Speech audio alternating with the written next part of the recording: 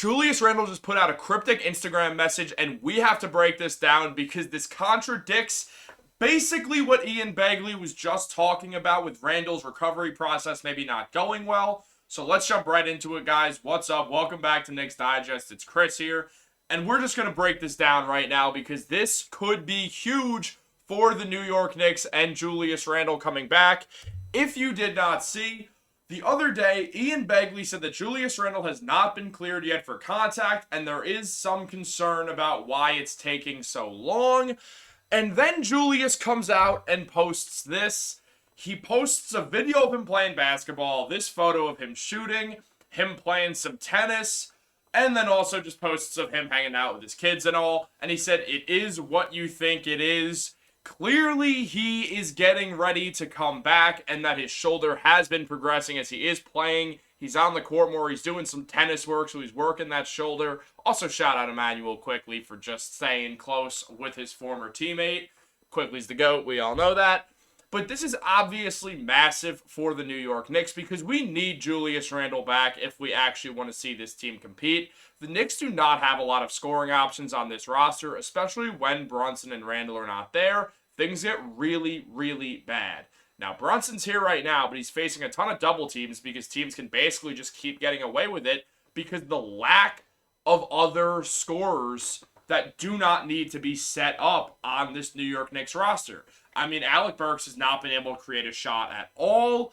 Precious Achiuwa's, Precious Achiuwa. He's good at what he's good at, and then sometimes that's not going to be hitting shots, though he's been balling out. Obviously, he's playing great.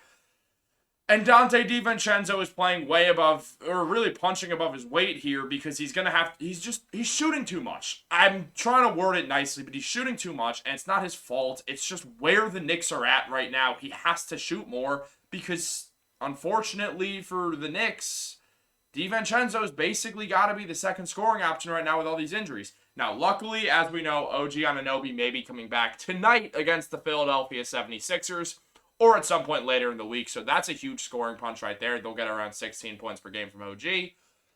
But still, we need Julius Randle to compete for anything real in the playoffs. Maybe Brunson can get us through a round of it. But outside of that, I don't think that they're actually going to be able to go to the Eastern Conference Finals without Julius Randle. I think that's wishful thinking.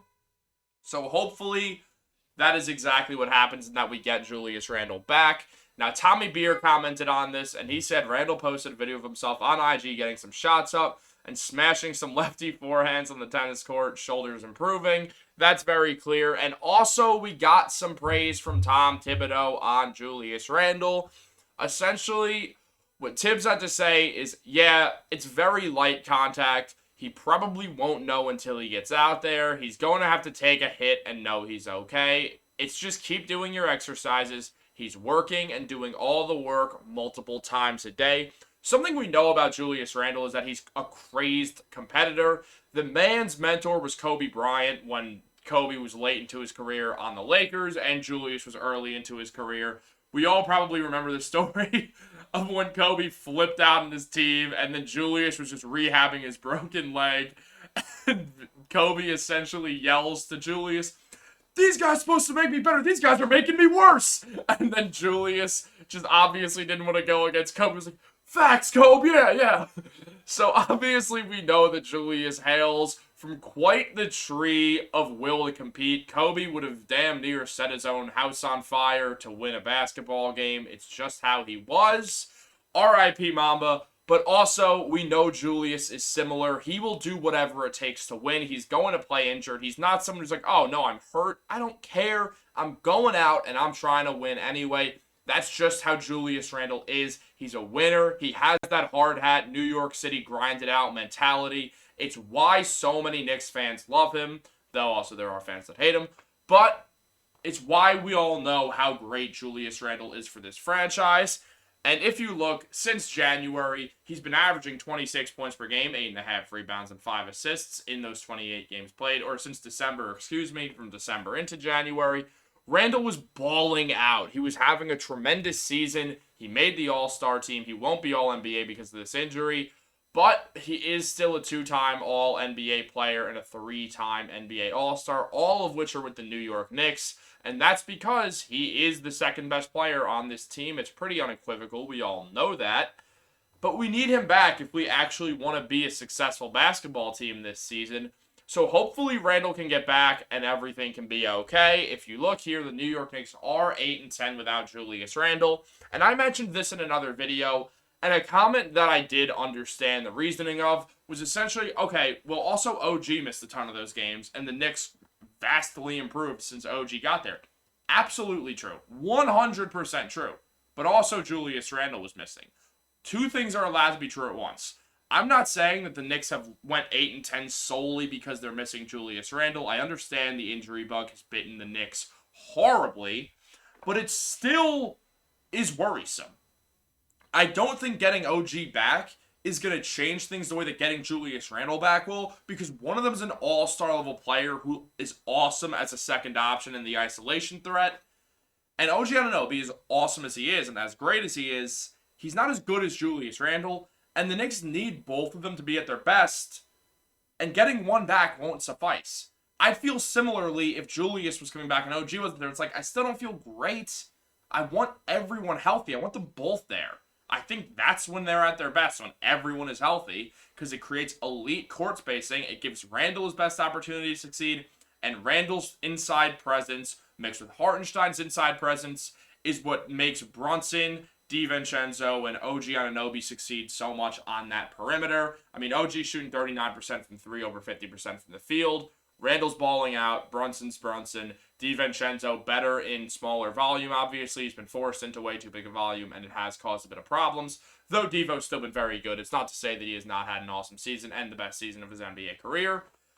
But I do want Julius back, and I think I'm not in the minority here. I would guess most of us have realized how important Julius Randle is to this franchise, because if he wasn't, then the Knicks probably would not have a losing record since he went down with an injury. So Randle, please get back soon. We need you, or we're just not going to go that far in the playoffs. And I don't care that he hasn't had the greatest playoff performances in his life. He's never been fully healthy. He's never been in great position to succeed in the playoffs anyway. So this season, maybe things can change. Hopefully his shoulder's okay, but Tibbs is absolutely right. The only way that Randle's ever going to know if his shoulder's ready is if he can kind of just get back on the court and take that contact, honestly.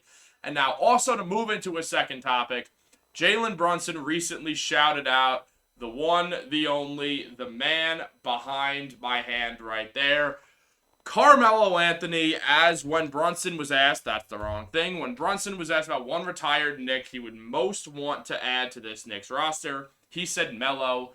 It's just easy. Said that on the Roommates podcast, his podcast with him and Josh Hart. I think that's not really a hard question. Carmelo Anthony is the third greatest Knick of all time for my money, and also he'd be the perfect fit on this New York Knicks roster, because it's a roster that, if anything, is in need of shot creation in the front court. That is exactly what Carmelo Anthony did best. So yeah, if the Knicks could have added Melo once upon a time to this roster, or if time just worked out differently and Melo was 10 years younger and on the Knicks, then the Knicks would be NBA Finals contenders. And I think one of the reasons why it's interesting to add this into a video mainly about Julius Randle is because Randle and Melo don't have unsimilar games. Obviously, it's not the same at all, but there is a similarity there to when it comes to being an isolation threat in the front court and working in the mid-range very efficiently. And it just kind of shows that if you have someone like that to mix with Jalen Brunson, who's just a pick-and-roll master, that is how you win championships. So, shout out to Brunson for just giving his credit to Melo and giving credit where credit's due, despite the fact that Melo was alone on a bunch of Knicks rosters for 7 years. But also, it just, again, it shows the importance of how much you need an isolation threat on your team as a second option. I don't think it really works as a first option very often, but as a second option, it usually works well, especially a big guy in the front court who can score from all three levels.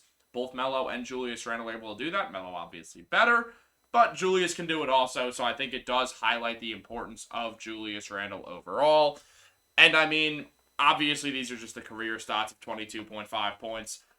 One hell of a career Carmelo put up for himself on the Knicks. I believe he averaged 24.7 points per game for his career. If I'm wrong, it's 24.3, but I'm pretty sure that's just his 2013-2014 average, if I'm not mistaken.